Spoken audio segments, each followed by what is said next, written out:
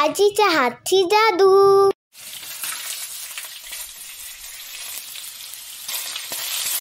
लग्न कार्यात करतो अगदी तसेच झालेले आहेत।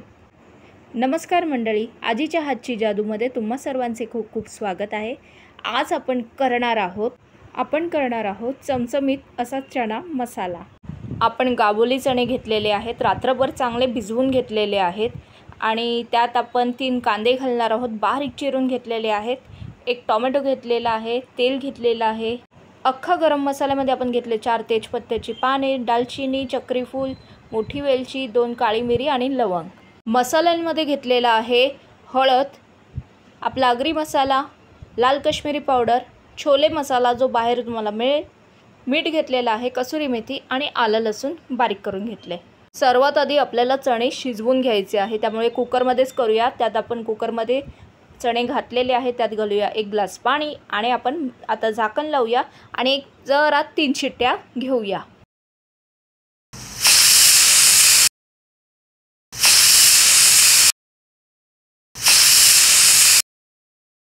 कुकर थंड होईपर्यंत मसाला करून घेऊया। आपण घातले 3 पळ्या तेल, ते जरा गरम होऊ दे।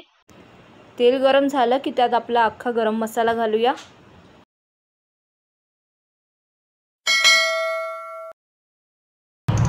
आता आपण यामध्ये घालूया 3 बारीक चिरलेले कांदे, हे सगळे घालून घेऊया।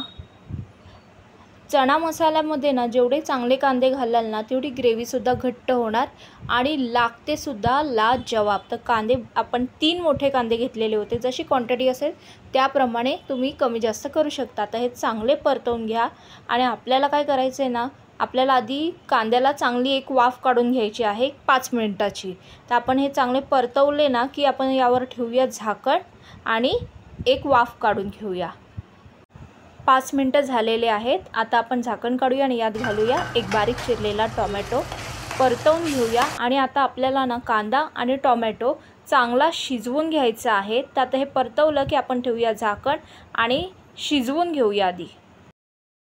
कांदा टोमॅटो चांगला शिजला की आपण त्यात घालूया 1 चमचा भरून बारीक केलेलं आलं लसूण, हे चांगलं परतवून घेऊया। जोपर्यंत लसणाचा कच्चा वास जात नाही तोपर्यंत परतवून घ्या। आता यात जातील मसाले। आपण घातलेले आहे 2 चमचे भरून आपला आगरी मसाला, त्यानंतर घालतोय 1 चमचा लाल काश्मीरी पावडर, त्यानंतर आपण घालतोय 1 लहान चमचा छोले मसाला आणि हळद। छोले मसाला तुम्हाला बाहेरून मिळून जाईल, आम्ही एव्हरेस्टचा घेतो, कोणत्याही कंपनीचा तुम्ही घेऊ शकता। आता हे चांगलं परतवून घेऊया। आता यामध्ये बॉइल्ड केलेले चणे घालूया आणि हे मिक्स करून घेऊया व्यवस्थित।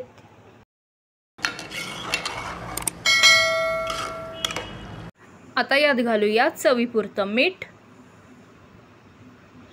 आणि हे चांगलं परतवून घेऊया। आपण चणे बॉइल्ड केले त्यामुळे आपण यामध्ये जास्त पाणी घालणार नाही, आपण अर्धा ग्लासच पाणी घातलेलं आहे। आता हे चांगलं मिक्स करून घेऊया, वरतून देऊया झाकण, गॅस करूया मंद आणि 10 मिनिटं चांगलं शिजवून घेऊया। तुम्ही पाहू शकता आपली भाजी छान अशी चमचमीत रसरशीत झालेली आहे।